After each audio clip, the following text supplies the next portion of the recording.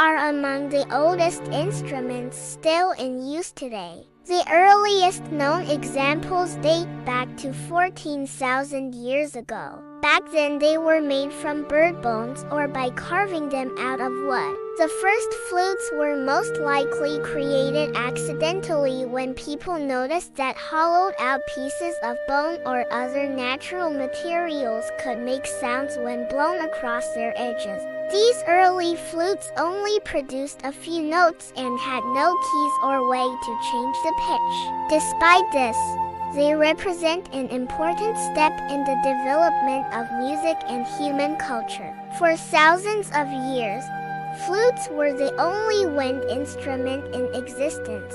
That was until about 5,000 years ago when people started to experiment with different materials and techniques to create new sounds. One of these experiments led to the invention of the recorder, which is a type of flute with a mouthpiece that covers a whistle-like opening. The recorder has a range of about 3 octaves and can produce a variety of different sounds depending on how hard you blow into it. It's thought that recorders were used in ancient Egypt and Mesopotamia, but we don't have much evidence to go on since most of those old instruments have worn out over time. Around the same time, another type of wind instrument was invented, one that would have a huge impact on music around the world: the olos. Unlike the simple bamboo flute, the olos was a double reed instrument,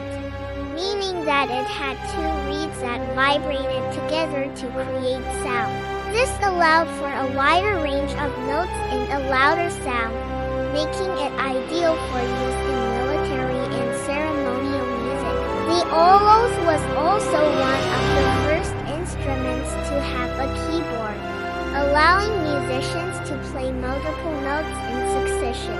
It was so popular that it spread throughout the ancient world, being used in Greece, Rome, Egypt, and China. As the centuries passed, many different types of wind instruments were invented. During the Middle Ages, for example, the shawm and the bagpipe became popular. These instruments were often used to accompany dancing or to provide background music for social gatherings. In the Renaissance, composers began to experiment with wind instruments, writing music that showcased their unique sounds and capabilities. Famous composers like William Byrd and Johann Sebastian Bach wrote pieces specifically for wind instruments, helping to establish them as serious musical instruments. During the Baroque period, the orchestra took off and became the primary venue for classical music. While strings dominated the orchestra, the wind section was usually made up of pairs of instruments playing in unison, providing a backdrop of sound for the strings. Common instruments in the wind section during this time included pairs of oboes, bassoons, horns, and sometimes trumpets. In the classical era, composers like Mozart and Beethoven began to use wind instruments in a more individualistic way, writing parts that featured the unique sound of each instrument.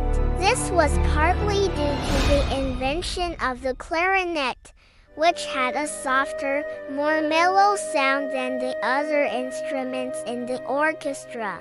Wind instruments also started to be used more frequently in operas and other theatrical works, thanks to their ability to produce a wide range of sounds and their portability. In the Romantic era, composers like Berlioz and Wagner began to use wind instruments in a virtuosic manner, writing parts that pushed the technical boundaries of the instruments.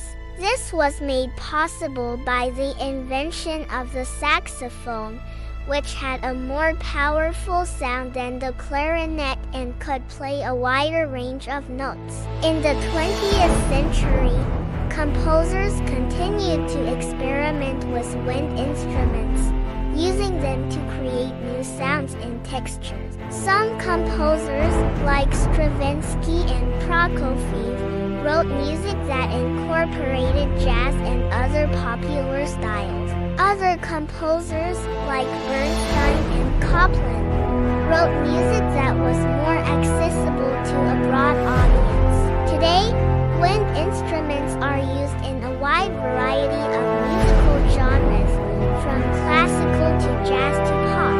They're used in orchestras, bands, choirs, and solo performances, and there's no sign of them disappearing anytime soon. Now check out another short on brass instruments or watch another video. If you love good music and real emotions, don't forget to like, comment, and subscribe. Join the ManDaKi music family where every voice matters and every beat has a story.